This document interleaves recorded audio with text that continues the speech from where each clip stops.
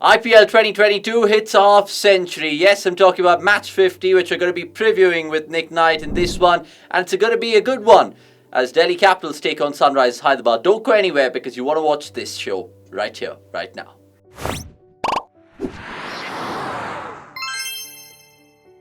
Yes, guys, my name's Abhishek and you're watching cricket.com as always. And we have Nick Knight joining us right now. Nick, how are we this evening? I'm very good. I've got a jumper on, which means things back in England have gone a little cold. They've gone a little cold, but it's still going to be fine, and the forecast is okay for now on. But yeah, a little chilly today. Yeah, I mean, isn't it always? But even the summer, guys, doesn't give you respite there. Let's, of course, talk about Delhi first, because at the end of the day, they lost out in their last game to LSG. And it makes you think if this playoff race that we're witnessing is closer than actually what it looks like. Yeah, and again, you're talking to someone who's talked up Delhi in the last sort of couple of weeks. I'm a big fan of them. I'm a big fan of the resources they have available. And I still genuinely believe they've got a chance of getting through to the playoffs. Now, of course, they're going to play a little better than they have been in the last game or two. But their top order hasn't particularly fired in the last game or so in terms of someone making a major contribution. I mean, there's been starts, perhaps. So that top four looking to really crack on. And when you look at Delhi, I'm thinking, hang on a minute, the best bowler in the side, who's got 17 wickets, second leading wicket taker in the competition, hasn't bowled his full allocation in 2 games running. So I'm thinking perhaps that might be, something that they might look at in the next game to give Kuldeep, the 4 overs rather than 3 overs. But yeah, Nortje being not fully fit has been a bit of a problem for them, because I'm sure I'd certainly have him in my starting lineup if he was fully available. But with all that said, I still think there's something more from Delhi. Absolutely. Let's talk about the man that you just brought up in Kuldeep Yadav, because he's been having his best IPL season so far, and he also kind of goes into Delhi folklore, if you like it, because they haven't got a bowler to take that many wickets like he's done this season. What is it with Kuldeep Yadav this year? Because he's certainly looking the 2.0 version of himself. Yeah, absolutely. And I think the thing that we tend to do as cricketers and cricket lovers and those that follow the game, closely, we tend to get very forensic with our sort of dissection of technique and action and release points and all the things that we can do on the TV and you guys do at home.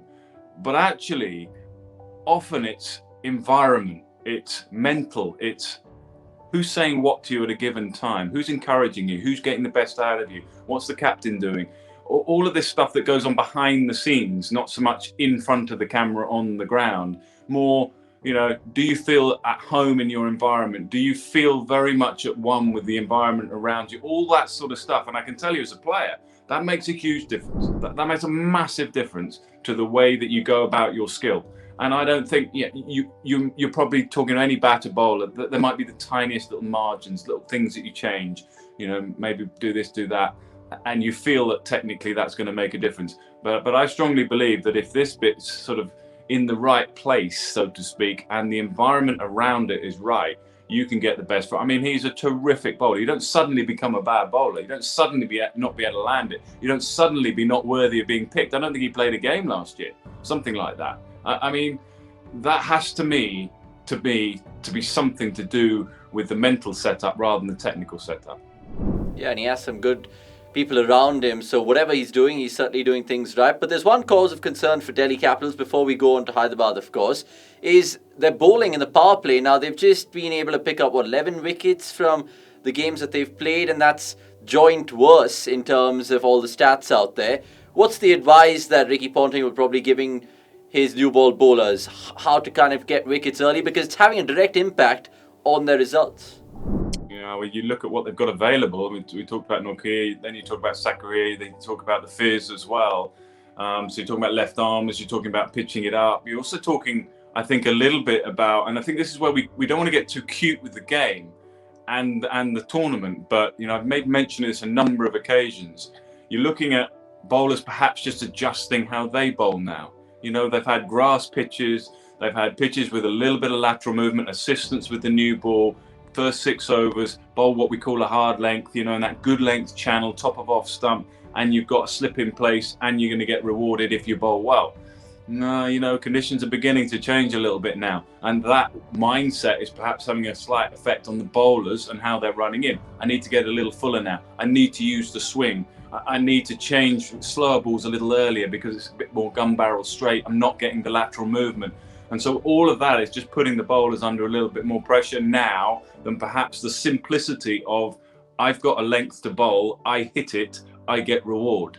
And now it's just becoming a little bit more murky, and that's where you need clarity of thought and real skill to be able to execute what you're doing. If you want to get it up there swinging. The problem for the left armers is there's not a lot of swing for a long time. It's just an over, probably an over and over a half, and then you're into trying to work out how you're going to get batters out now. It's food for thought that. Let's see if they have any new tricks up their sleeve. But they take on Sunrise Hyderabad, who of course are coming into this one on the back of 2 defeats after stitching 5 wins together. Now, one man in particular has been off colour in the last 2 games, right? And talking about Marco Jansen, now he did things absolutely brilliantly in those first 5 games compared to the last 2. What's gone wrong, you feel, for him? And I don't know if you can say it's gone wrong. I mean, it's the nature of the game partly. It's inconsistent. You're going to have days where you actually bowl well and travel the distance. You bowl really well. It comes out nicely. You bowl what you want to bowl. You're in an alliance with the captain. Your field is set and someone just has a day out and you bowl well. And I'm afraid you bowl 4 overs 0 for 45. And you think, well, what's going on here? And then at another day when you rock up and you bowl a short wide one that gets edged to the keeper, you bowl another short wide one that gets hit to cover and you've got 2 for 10 off 3. And actually you haven't bowled as well. So we have to bear that in mind. There is going to be an element of inconsistency. The one thing I would say about Jansen, and it perhaps similar to what I was talking about earlier, he's bowled, I remember that game against RCB where I think he got 3 wickets in 1 over and he just bowled perfect length, hard length outside that off stump, on that off stump line, and he caused problems for all the batters. He just maybe he's thinking to himself, I've got to make that adjustment now. I too have to go a little fuller. I think generally he's been punished when he's gone fuller. And that there is perhaps the reason why, because he knows there's not quite so much in the surface for him now, and he has to go fuller. He has to try and get them early on, playing outside that off stump. And so maybe he's searching a little bit. And in doing so, maybe he's travelled the distance. I wouldn't worry at all. If I was in any way in charge, I would be saying, keep doing what you do, maybe drag that length back slightly, but I love what you're trying to do because you're trying to get wickets early on, and that's what we need to do. Yeah, you talk about him kind of going that extra inch or probably a meter in terms of good length. Let's just show you a depiction right now and tell me what you make of this, because the first 5 games, of course, you can see how he's kind of been hitting more of a good length and a back of length compared to the last 2 games right now. And what does this tell us? I mean, I know we're kind of getting forensic, like you said, but is there any kind of theme that we can pick out? The theme is just as I've said. I think that pitch map there backs up exactly what I've just said, that I think he's searching now for a slightly fuller length. So you ask yourself why, and it could be a couple of reasons. It might just be rhythm, hasn't quite got the confidence and rhythm out of the hand. That can happen. It's only a couple of games. Or it might be the fact that I've just talked about. He knows that in the guts of the wicket there, in that sort of good length and just back of a length section, bowlers have been getting lateral movement, and they're not stupid. They know that's where to bowl, and they've got the control to be able to bowl it. And us batters know we're under pressure. If conditions are beginning to change a little bit, they have to change with that. And I think that's what we're seeing there when you compare the 2 pitch maps. I think he's doing it. He's such a good bowler. That cannot be a sort of, just one of those things that happens between games. That has to be something that's consciously, for me anyway, consciously changed. He's good enough to make that change. And I think maybe if it's not working and the conditions are not suiting it, he'll be good enough to pull that length back a little bit and perhaps get back to where he was. So, we show these pitch maps. They are awash, these players, with analytics, with analysis, with information. Though as soon as he came off the pitch, I bet there'll be someone saying, you're just a bit fuller today. So they've got that ability to adapt, which they will do. The very best, very quickly adapt. And it might take a game or 2. Yeah, I mean, we saw those pictures of Muttar Muralitharan, of course, just tearing his hair out against that game against GT it was, where Rashid Khan kind of took Jansen to the cleaners. But let's leave that there and talk about another man from the Sunrisers, and I'm talking about Abhishek Sharma, because he's been certainly a breath of fresh air for them, especially in that top order. Against spin, this number suggests that he thrives the most. He has a strike rate of 169, which is the best, amongst the best rather, in the business. What impresses you the most about the lad? Well, there's a couple of things I want to talk about him. One, I love the way that he's been backed by the team management, and I think that's so impressive. I think it's easy when a player perhaps isn't quite scoring the runs, or perhaps didn't score the runs in the last tournament or last year. It's easy to look elsewhere. I love the fact that Tom Moody, the captain, the management, I love the way they've identified him, and we're going to play him and we're going to give him a run. And often when you do that, the player will respond. He'll respond to that attention, that love, that support, that want to play you, and you feel like you're going to deliver for them. So that's the first thing. I love the way they've managed him. Secondly, against spin, your point is a good one. One thing I like about him, he sweeps slogs, and by that I mean particularly with the spin. So the leg spinner, the left arm spinner, he looks to clear that front leg, and he plays the sweep slog really well. He targets that deep mid wicket, deep long on in particular, and he sweep times, great connection often. So that is for me a real strength of his against spin.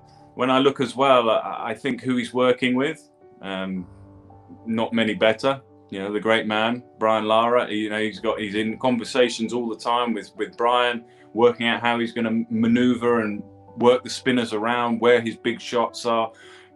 I just think that's got to be like gold dust for someone like him. I mean, it's like I always refer to the IPL, it's like a sort of glorified mentoring system when you have some of the very best, in fact, most of the very best players in the world helping the next generation of the best players in the world. I mean, it is just unbelievably good, and that is a good example of it. Some pertinent points by you there. Let's see how that story unfolds, of course, for Abhishek Sharma and the Sunrisers. Right, let's just wrap up this match preview by asking your predictions then, because if Delhi do win, then it gives us a situation where I think 4 teams will be on 10 points heading into that playoff race. Will it make things more exciting and spicier, Nick? Yeah, definitely. The one thing I thought when we came into the tournament this year was 10 teams. How's that going to play out? Is it going to dilute things a little bit? I don't think it's diluted it at all. In fact, I think it's strengthened it. And what it's done is, more Indian talent has come through, had an opportunity to shine. Some of the overseas players that perhaps haven't shone in previous years are beginning to shine more because there's more opportunity for them to perhaps play higher up in the order. David Miller actually would be a good example of that. His numbers have been down a bit in the last year or two. Now he's having a terrific time with a bit more responsibility, batting higher, batting for longer, etc. I'm a stubborn old soul. I'm a stubborn man, and I'm going to stick with Delhi because I just see them as something that when I look at their side and I look at what they've got and I look at not the remaining games as such, but there's still enough opportunity, enough games for them to climb back into this competition and get into the playoffs. Sunrisers, I've always felt, and I've made mention of this on a number of occasions, no mystery spinner. That at the moment I think is a little issue for them, particularly with the conditions changing a little bit. Their bowlers have been mighty good. Natarajan as well. Jansen, we've talked about. Bhuvi. They've got an attack that have done well on surfaces that have moved around a little bit, and they've exposed sides in those power play. Can they continue to do that on perhaps pitches that aren't going to do that as much? That is a challenge for them. Look, it's going to be a tight one, but I'm going to stick with Delhi because I'm stubborn. All right, I bet there's a lot of neutrals out there who, of course, siding with your vibe in terms of Delhi Capitals. So let's see how that really transpires out there from the Brabon. It comes from this one, and we'll of course catch Nick Knight post-match, as you guys can of course ask him all the questions as well. That's all we have in cricket.com for today. Thanks for watching. It's a goodbye from me, Abhishek.